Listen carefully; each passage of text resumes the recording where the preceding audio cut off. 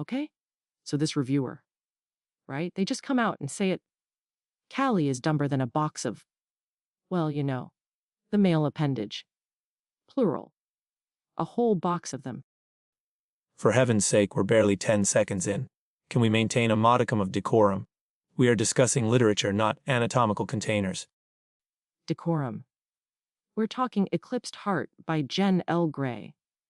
Werewolf Queen gets played by her high school bully while the world burns. Decorum left the building when she trusted Zeke for the 5th time. This isn't Proust. It's primal scream therapy in paperback. It's book 2 of the Twisted Fate trilogy, a paranormal romance exploring themes of destiny, trauma, and leadership under duress. Oh my God, leadership under duress. She leads them right into ambushes.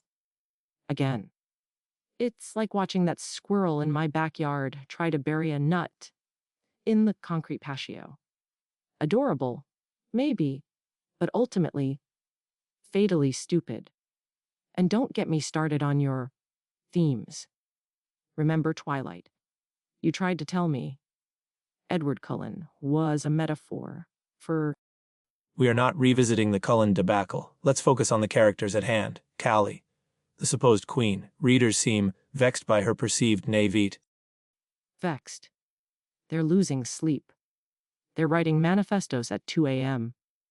One poor soul said, I can't stand when they make the woman stupid and weak. And I'm with them. She's got all this power.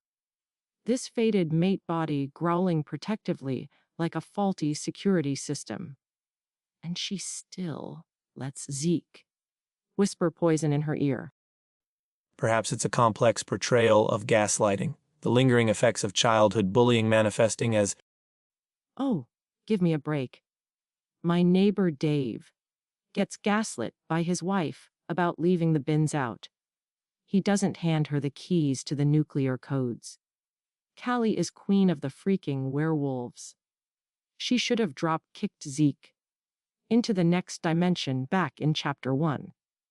Instead, she wrings her hands and doubts herself while he's practically twirling his mustache.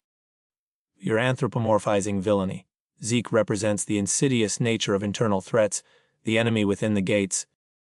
He's the guy at the office party who steals your parking spot and tells your boss you were late. Everyone sees it, but the boss and Bodey, the mate, he's all mine. Grr. But does he actually help Callie see sense? No. He just gets possessive. It's like, dude, she's the queen. Maybe let her handle the traitor instead of just puffing out your chest. Some reviewers found him sickeningly sweet. Others just found him sickening. The protective instinct of the fated mate is a cornerstone of the genre. It speaks to primal Stupidity, maybe. And don't even get me started on their sex life, or lack thereof. One reviewer was livid. Quote, why would I suffer through all this? And there's not even good spice or any nodding. People have priorities. World ending. Fine. Obvious traitor. Okay. But no nodding. Unforgivable. I refuse to discuss werewolf reproductive anatomy on air. Can we please address the actual literary merit, if any? Fine. Is Eclipsed Heart actually any good? Well, it depends if you enjoy banging your head against a wall repeatedly. The plot is basically attack. Callie doubts herself. Bodey growls. Zeke smirks. Repeat. It's like Groundhog Day, but with more fur and less Bill Murray charm. I would argue the cyclical nature reflects the intractable political situation and Callie's internal struggle. Oh, stuff it. It's repetitive. And then, suddenly, bam. Fated mates everywhere. Like Oprah handing them out. You get a fated mate. And you get a fated mate. It felt less like destiny and more like a desperate plot device to pair everyone off. Perhaps it signifies the strengthening of the pack through bonded pairs, a necessary consolidation of power against Queen Kell. Or maybe the author ran out of ideas. And that cliffhanger. Bodey might be dead. Gone. Poof. Readers are demanding divine intervention. Bring him the hell back by magic. They screamed into the void of their review. Honestly, I kinda respect the audacity of that ending. Pissed me off. But I respected it. It's emotional manipulation, pure and simple.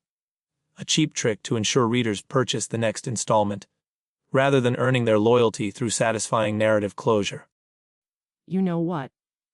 Maybe Callie's playing 4D chess. Maybe she knows Zeke is evil.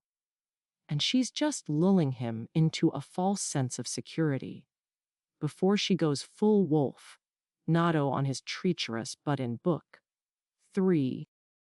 Based on the evidence presented in this text, highly improbable, she's less 4D chess and more checkers played with bottle caps on a board drawn in crayon. If Callie were a kitchen appliance, she'd be a smoke detector with the battery removed, because the constant beeping of common sense was annoying her. Harsh.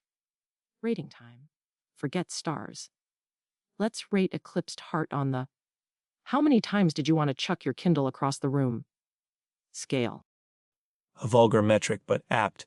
Given the repetitive plot points and the protagonist's infuriating passivity, I awarded a solid 7 out of 10 potential Kindle chucks. It elicited a strong reaction, albeit one of pure frustration. Weak. I'm going higher. For the sheer audacity of making a queen this dense. For Zeke. Being the smarmiest villain. This side of a Disney movie. And for that cliffhanger that made people lose actual sleep. I give it 9 out of 10 airborne reading devices. It's a glorious train wreck.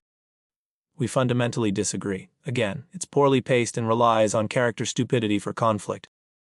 It's hilariously frustrating, and I need book 3 immediately. Next week, listeners, we delve into My Sentient Toaster Oven Demands Blood. Apparently, it's a domestic thriller. Finally, something relatable. Until then, keep your hearts full and your Kindles insured. This has been Heartbook Radio.